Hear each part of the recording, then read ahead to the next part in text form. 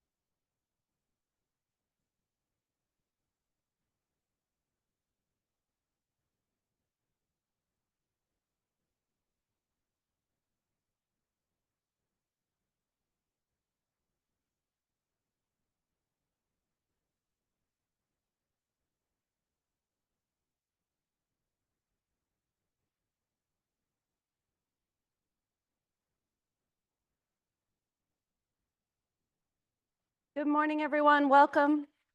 Glad to see you all this morning.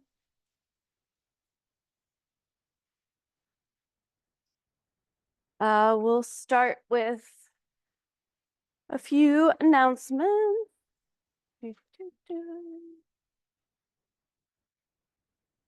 Like it has to wake up. Your ecological identity project is coming up. I hope that you've been putting some thought and feeling into this project. It is described earlier in your journal. You can flip back and find it if you need that. It's also in the canvas, so you can check it out there too. Ecological Identity Project is an opportunity for you to express connection. And the way that you do that is really up to you. How are you, specifically you, part of Earth? What part of Earth do you connect with? When do you experience feelings of connection with the natural world around you? To be human means to be creative. So tap into that. It might take a little bit of energy if that's not something that is part of your day-to-day life. It's just like lots of things, it requires practice. We're going to talk more about practice in just a couple minutes. So being human means being creative. So using all the capacities that lie within you to create this project, dreaming and playing and creating and connecting and discovering and reflecting and relating, all of those things that we've been working on so that you can demonstrate and find your something that will represent connection for you. So that's an opportunity that's coming up here. It will be due at your week 15 lab, and as well as the back cover of your journal. So that assignment is also in Canvas for you to find and use some expression there. The Seeks are up. I mentioned that. I'll send out that link so that you can do that. Give me some feedback, give us some feedback. It's very valuable for us. I want to shout out Monica's lab for completing the Red Solo Cup Challenge at the field trip. So think back if you got to do the Red Solo Cup Challenge with Emma. Monica's group completed it in 31 seconds, which seems pretty incredible. So just wanted to shout out Monica's lab for that. Yeah. And then the last thing that I'll say is that your assignment next week in your journal, your reflection action assignment, might feel a little bit odd or different to you. But at this point in the semester, that might not surprise you, but opening up to the opportunity of connection and reflection and might feel, as you get to it, like a time to, this weekend is looks like it's gonna be some really nice weather. So maybe looking at that reflection action assignment and getting yourself outside to do that would be a really sweet way to go about it. So for our centering this morning, Sam is going to ring the bell for us, and then we're just going to be, just being, and until she rings the bell again.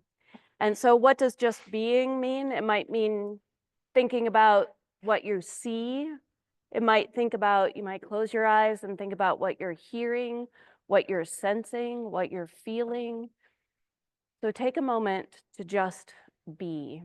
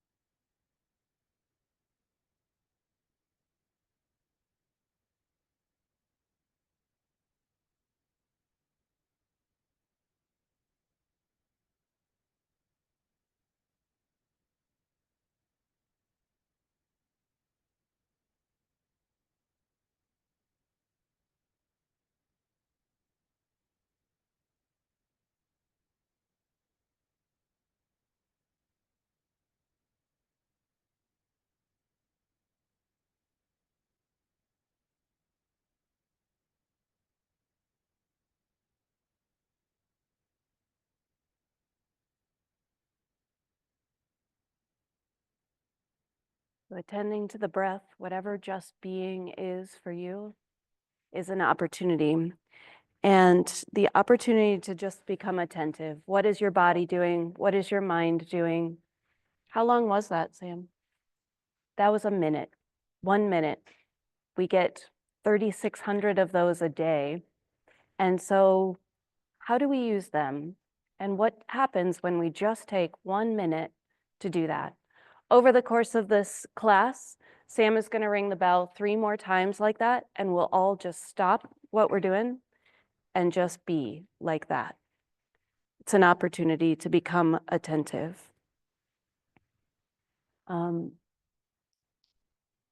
So we are at this point in the semester where we're practicing, right? Where we're putting into practice some of the things that we've thought about and experienced. And so how can we do that in a way that feels right?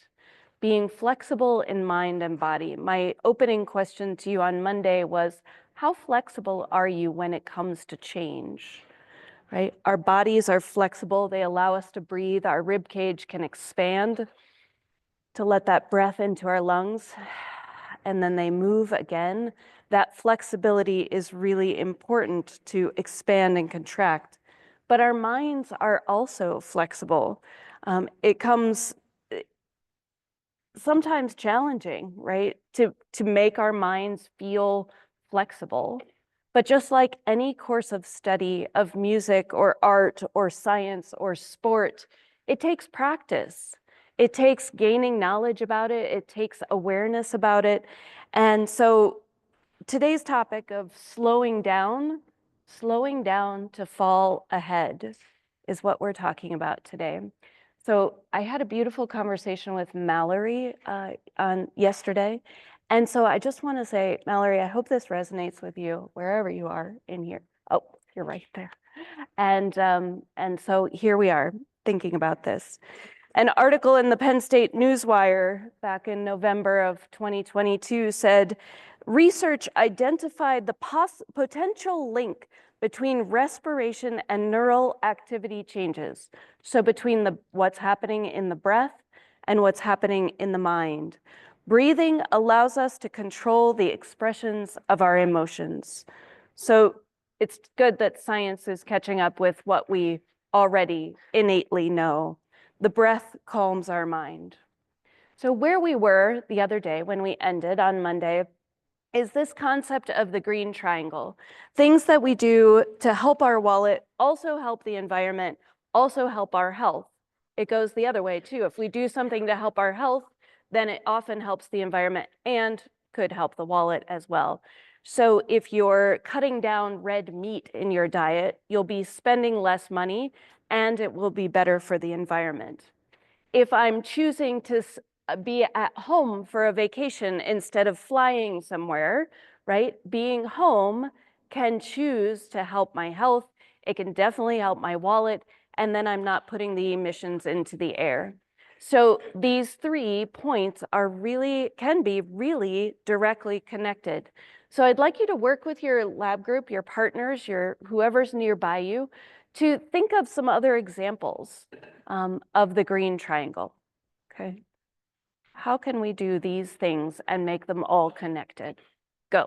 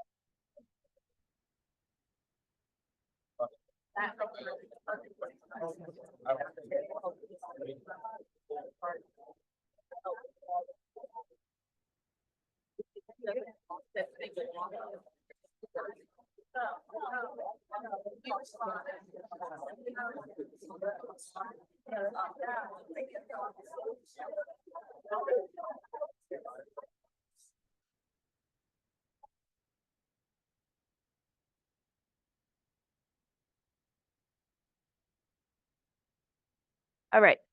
What examples did you come up with? I'd love to hear from two or three folks about examples.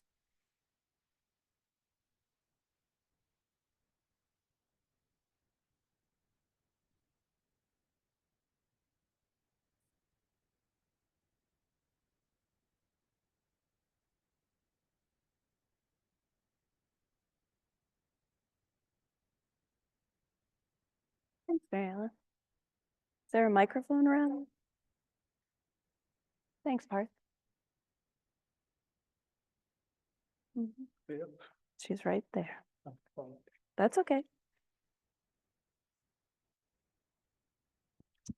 This isn't the best example of it because I have one today, but making like coffee or tea at home might like be beneficial in all these aspects because you're not like wasting a ton of money and using reusable stuff, and you can kind of put what you want in your drink and kind of moderate that.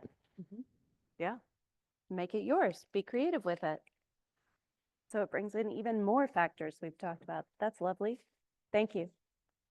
How about one more example?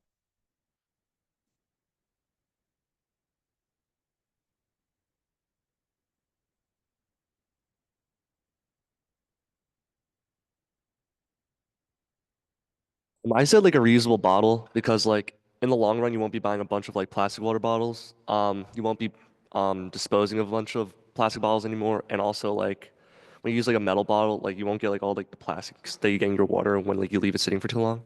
Yeah. So it helps all three of those aspects. Thank you. Yes. So good example. So you can keep playing with and brainstorming ideas. Bicycling fits this. It helps our health, helps my wallet. I'm not spending gasoline, and it helps the environment. So you can continue to play with this and see how it fits, see how it plays out in your life, and you can make it, right? See if you can brainstorm ideas around it. So where we've been, right, thinking about food and shelter and transportation, how those things we can change those, decrease our ecological footprint significantly, and then increase our flourishing is really what it's about. So today, the next today starts the second part of part 3, which today is slowing down. And then next week, we'll have technological identity and then creativity. And so how can we live in today's culture and still do this stuff? It takes some practice, it takes some thinking, and it's not all change all at once. It's very iterative, right? There are things that you can continue shifting and changing, and I'm doing that all the time with the things that I am choosing, even at my age. So we need to consider this. What's being slow mean to you? And what does being fast or busy mean to you? What are your connotations? What's your story around these words? Just take a quiet moment and think about this. What comes to mind first?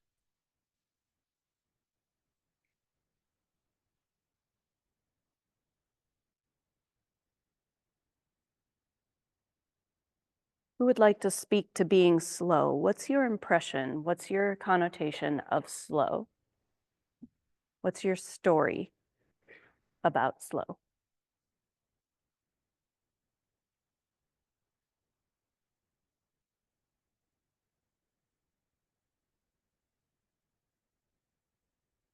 I love being slow. This reminds me of a nice Saturday morning.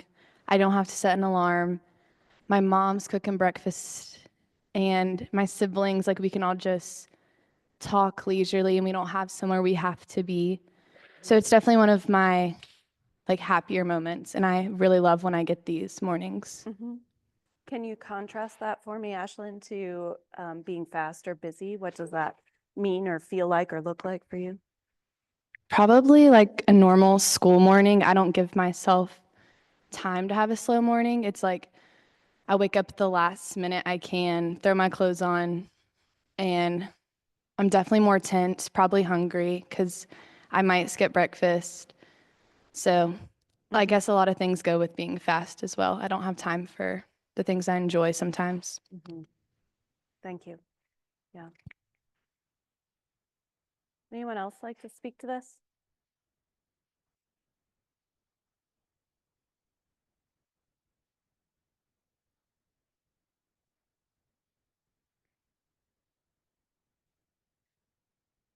My whole life, I've kind of just been a slow mover in every way, slow walker, slow talker, always running late. And I've been envious of people who can move quick. And I always would try to push myself to hurry up and, I don't know, be fast until I have the fastest moving roommate ever, probably the fastest moving person I've ever met. And she's just so quick that now I'm more grateful for how inherently slow I am. And my whole family is like me too. And that's something in a way, we find unique about our unit. And I find peace and comfort in being slow now. Thank you. Is there anybody, if you feel opposite to this, if you feel as though slow is maybe a negative thing, has a negative connotation, raise your hand. Yeah. Okay. Thank you. So I love that it can mean different things to different people, right? And people that pride themselves in being slow, or people that pride themselves in being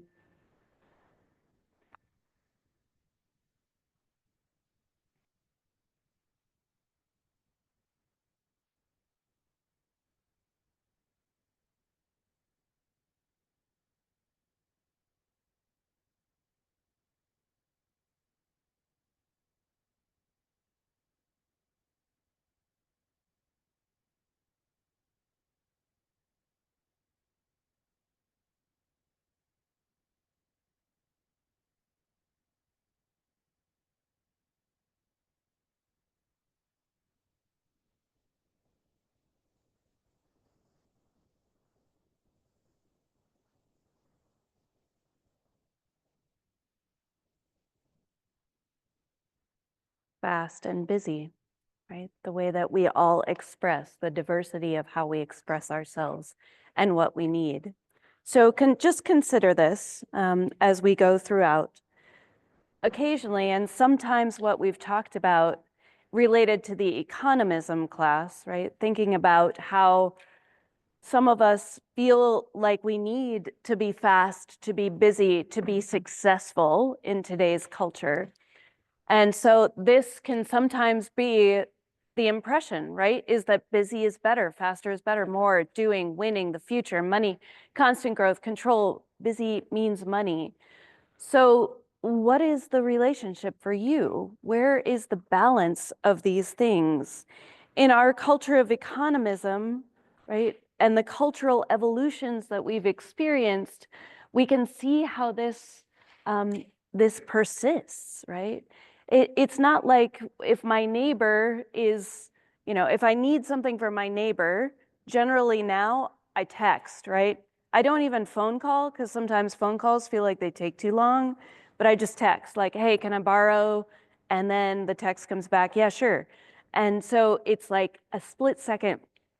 Back in the day, I would have walked over, knocked on the door, maybe had a cup of tea, and then asked to borrow the thing, right? It was a much slower experience. Think about our cooking, our ways of cooking now. It used to be that people had to build a fire and then bring the water to boil or put the meat, whatever, over the fire to cook. And now I can go to the microwave or to my air fryer and type in, 7 minutes and my food is done. And so the experiences that we have inherently make life faster, but is that better, right? I do build a fire every morning in the winter to warm my house. And I was doing it this morning and finding that it's a time of slowness for me. It's a time of gratitude. I just love when the fire ignites in the morning. And then I move from that moment into the rush of the day. Get the boys ready, get everybody ready, get out the door, maybe eat the breakfast in the car. But that one moment can sometimes last. Today, I can already feel that that's lasting through the day. So how can we balance the slow and the fast? And understanding that we have choices about this, right? So now take a moment and talk to your partner about your story of fast and slow, now that I've said a little more.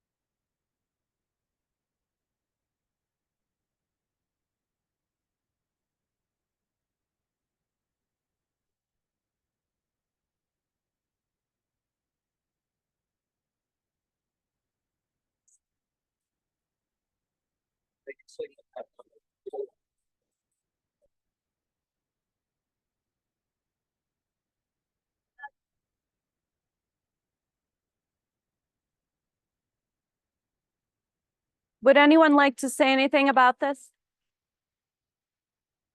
About your views or your experience?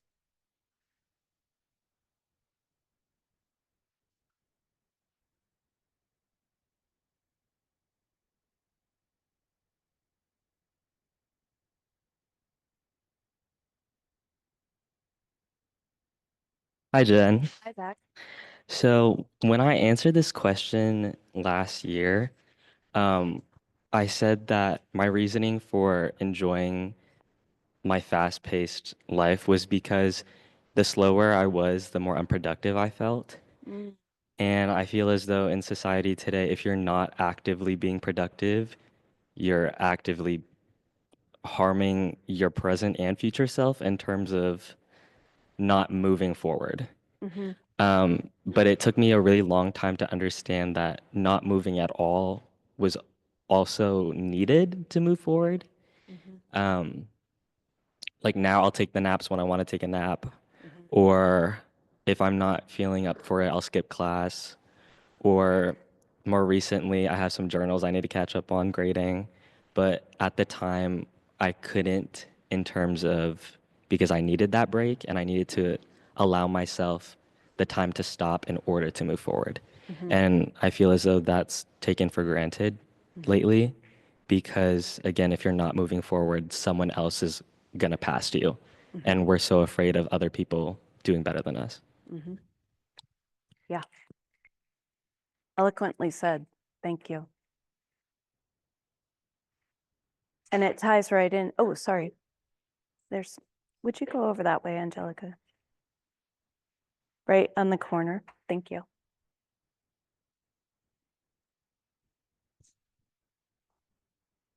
Hi. Hi. My partner Ava and I, we were talking about how we feel like being slow comes with like extreme guilt and Mhm. judgment. Not Yeah. only like from other people, but especially ourselves. Mhm. Like we feel like there's always something that we could be doing, or like there was like a presence in our lives that like came on with that guilt. Like if I wasn't like cleaning the house, like something would happen, or like I would be told to like be doing something. Mhm. So I guess like when you're raised in like that general where you're taught to be fast, it's hard to break the habit. And it's something Yeah. we're both working on. And I thought that was really powerful.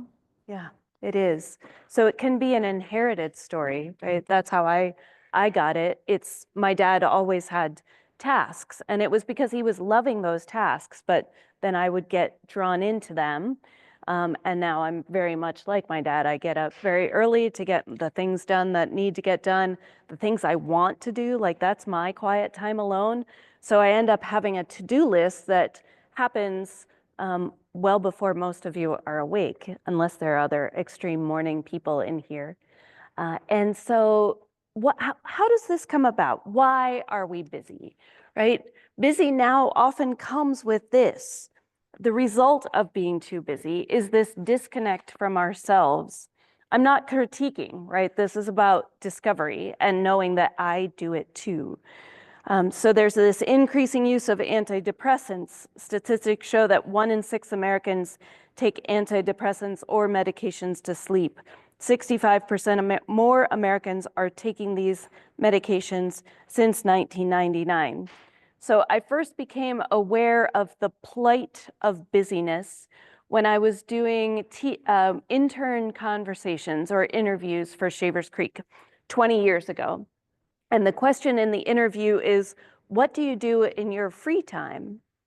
And the number of times increased. So we would do a number, it could be 15 interviews each season. And the number of times it has gotten to be where people go, free time? Ha, that's funny. I don't have any free time.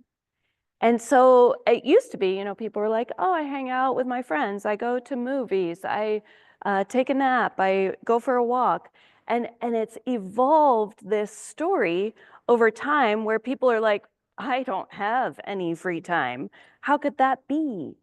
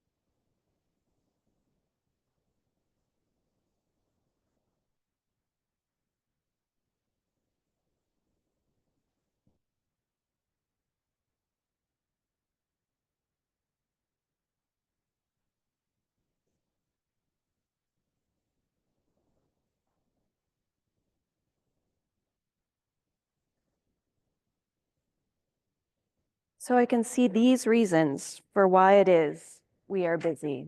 Why are we busy? So thinking about your thinking, see what here might resonate with you, or if you have other thoughts, other reasons. So there's the expectations of being busy, right? So if I run into a colleague on campus, this is a place, this university is a place where we're supposed to be productive. We're supposed to be getting things done. So if I run into a colleague and I say, how's it going? And they say, man, it is busy. Like I just haven't had a break in forever. And yeah, me too, so busy. So it's like this, we set each other up for this expectation. I'm scheduling into the fall already. Yeah, me too, it's kind of crazy. Well, we got to count our blessings for being busy, right? Well, I'm valuable because I'm busy. Therefore, I'm worthy of having this job.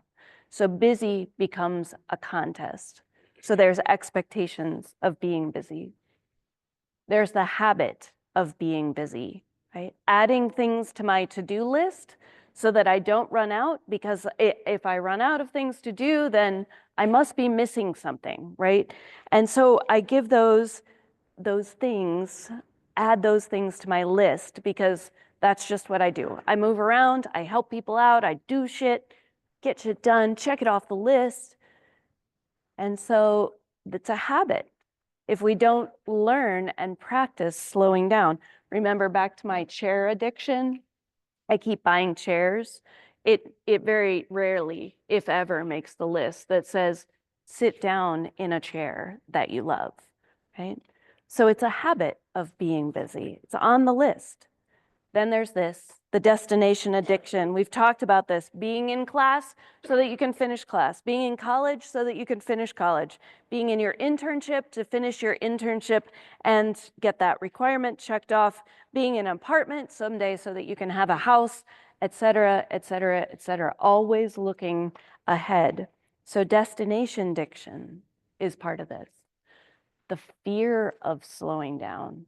What happens if I choose to slow down and I don't like it? What happens if I choose to slow down and then I realize all this stuff I was supposed to be getting done and then I just get slammed again, right? What happens if I choose to slow down and I start thinking and thinking and then my emotions pick up and then it's something scary? And that's really not good. I don't want to allow space for reality, right? I can stay numb if I stay busy. So there's that. The idea, fear of missing out, right? So I think that some of you have told me about this feeling, anxiety that an exciting or interesting event may be happening somewhere else. It might be initiated by seeing posts on social media. Is going to those things really what you need? FOMO takes us out of the present moment. And then there's an addiction. The cortisol, right? It's a natural high.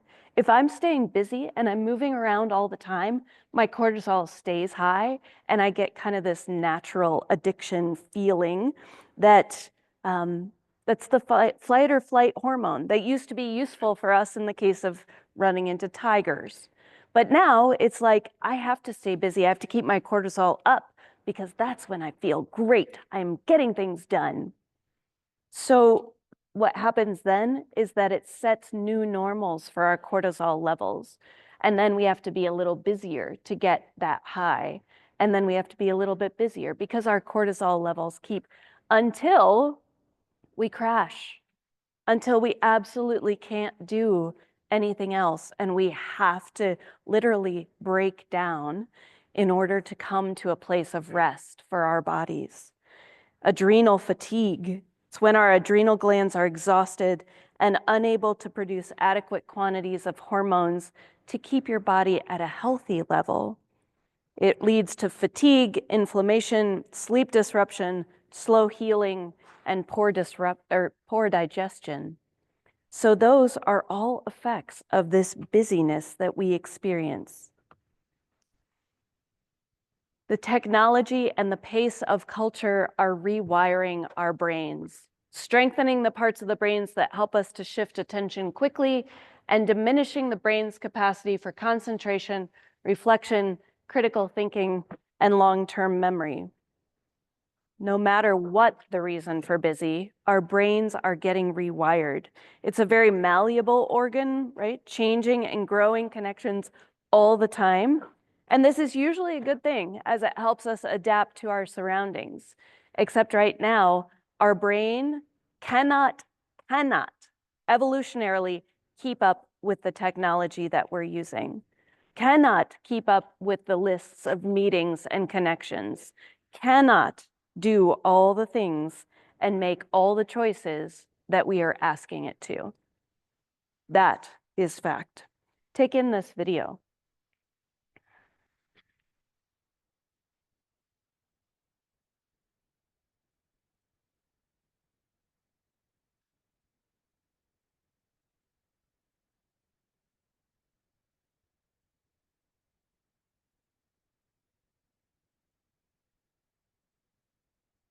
Brain called the default mode.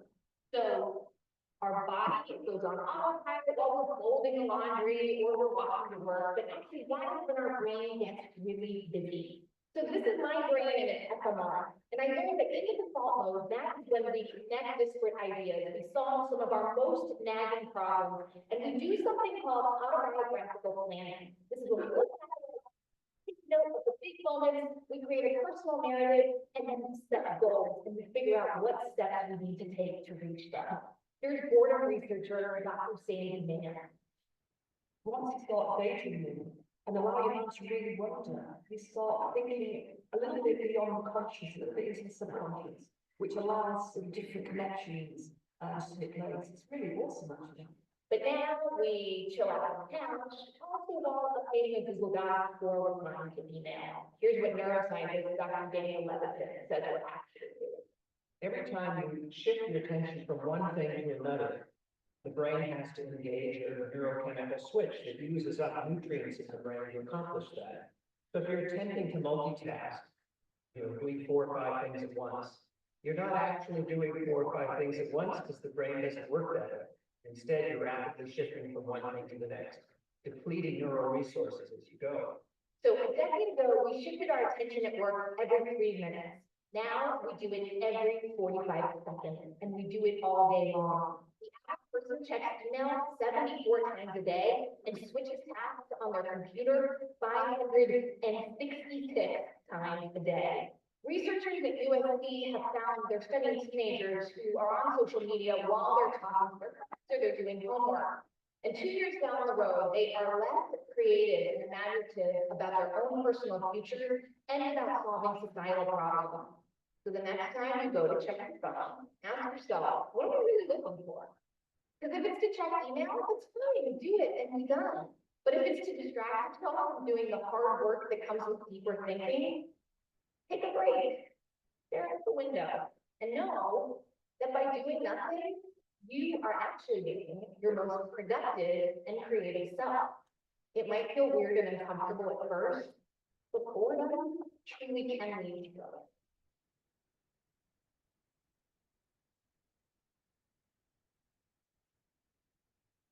And I feel this like so deeply. The exhaustion of shifting those tasks all the time is wearing. It's wearing on me. I feel like it's making me age faster. And if I don't learn to slow down, it's not going to work the same anymore. So awareness about this is just really important. Your neuroplasticity at your age and at my age is still so active, so much changing and learning going on. And the pathways that you're wiring now are going to be helpful for the rest of your lives, right? So cool, so valuable. So what are we losing, right? What are we losing personally if we're not doing these things? Capacity for deep concentration, attentiveness, reflection, critical thinking, long-term memory, deep connections with others and the world around us. And then what are we losing in the world, right? The connections between busyness and earth breakdown, more speed, more production, more consumption, more harm. So when I go to the grocery store and I'm in a hurry, I don't have a list because I didn't have time to make one, and I walk around the grocery store, I always end up with things that I don't really need. The other day I picked up an artichoke because I thought Henry will want an artichoke, and then we didn't have any time. It was such a spontaneous thing. I had no plan for the artichoke, and then it gets composted. So that busyness, it doesn't pay off for our environment. And that's the connection here. When we're choosing and moving in ways that aren't grounded, I guess is the right way to say it, it affects the things in our world as well as personally. So maybe what we really need to consider is NOMO, the necessity of missing out. During COVID, we had the obligation of missing out. We had to miss out on lots of things. And so I think back to that time and think about how that opportunity gave me space to think and to feel in different ways. And then what happened when we got to make choices again is that I'm just, even though I knew it would, I was doing my best to not let it happen, I am busier now than I was before that, even though I know what the slowing down did for me. So the necessity of missing out, finding the places where I've done things out of obligation that I didn't really need to. So how can I reflect and find that joy and discovery to move forward? What are the things that you think that, you might be able to change and shift? The necessity of missing out. Talk about this with your partner.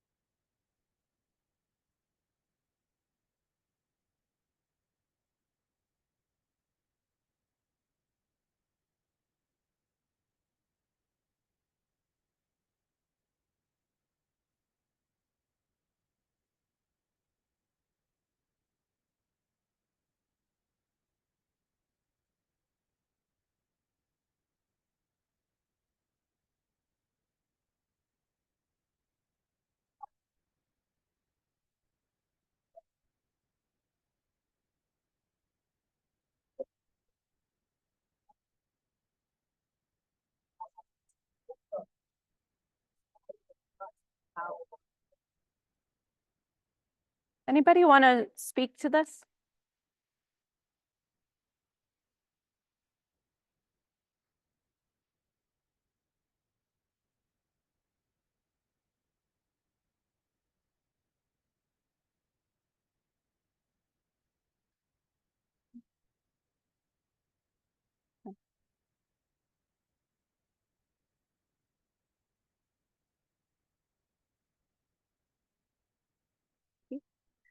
I sort of have recently, I used to be really, really bad with FOMO, and I would go to all of these things, and I know that I don't necessarily have the best social battery, and I realized that it just was not good for me. So I sort of had a conversation with my friends about how, as much as I love being around them and I like to do things with them, that there are a lot of times where I'm just going to need to stay in after a busy day. And I've realized that that has been very impactful for me in learning how to be more slow throughout my life and not take things too fast paced, because it gives me time to do, my hobbies and take it slow. So I think it's really important for everyone to, you know, experiment with that a little bit, because it's really good for you, I think. Thank you, Mallory. So, so we all have different levels of introvert and extrovert and ways to recharge so reflecting on what you need can be so valuable. Yeah, it's lovely. Thank you.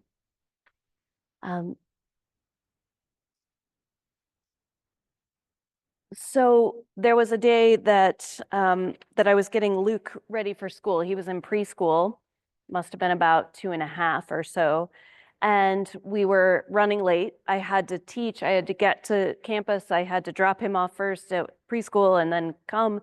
And I look back like I was practically running to the car and with him following me. And I look back and he is like wandering in the frosty grass, and he can look back and see his footprints where it melted the frost on the grass behind.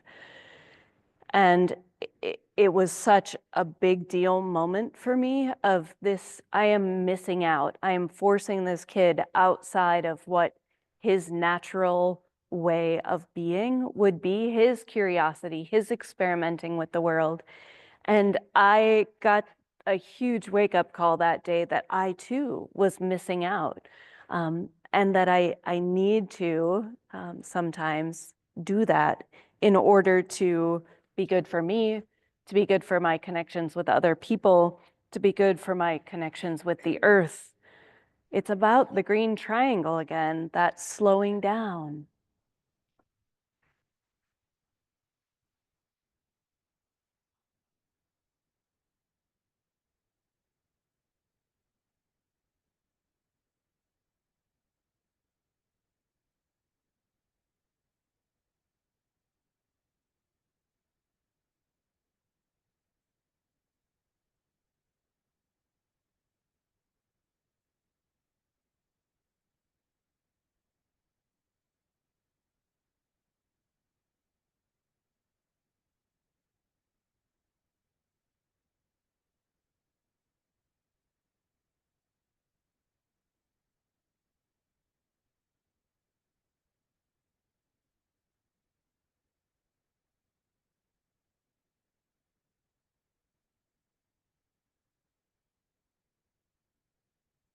making those choices, right?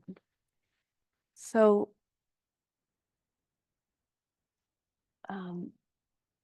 happiness, connection, health of earth, thinking about all those things.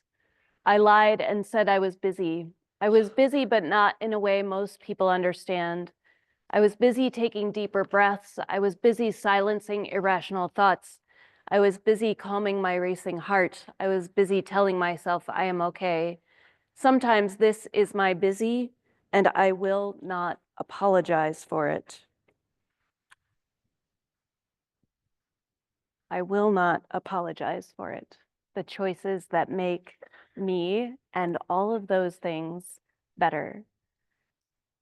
No matter what has just happened or what will come in the future, why miss the full experience of the present moment? So you might want to write that down if that speaks to you. No matter what just happened or what will come in the future, why miss the full experience of the present moment? Remember back to the intern candidates I just told you about, Shavers Creek intern? What do you do in your free time? It's all free time. We all get the same amount of minutes every day, and we all have the same power of choice of how we're going to use them. Okay? The same things. So how is it that you can choose with this awareness, this consciousness, what's right for you, what's right for those around you, what's right for Earth, balancing those things and being fully present? It's all free time. Zach Bryan says, in The Greatest Day of My Life, years are just moments in a great big pile. Right? So take heed to that.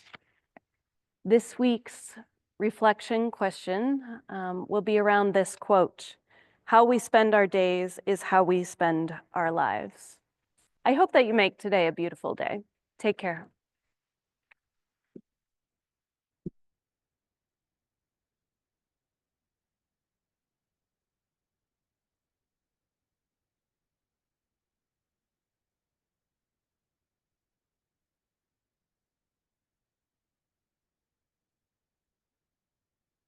Good bell ringing. Thank you. Oh, great. Well done. Yes. I always think that I'm really glad that I am not the one to do that because I would forget. It made me so anxious the first time. I'm like, I don't want to cut her off. I don't want to. I know, but that I asked you to. Yes. Did it. You did it. At the right time. Yeah, it was great. It was sweet. Well done. We're just in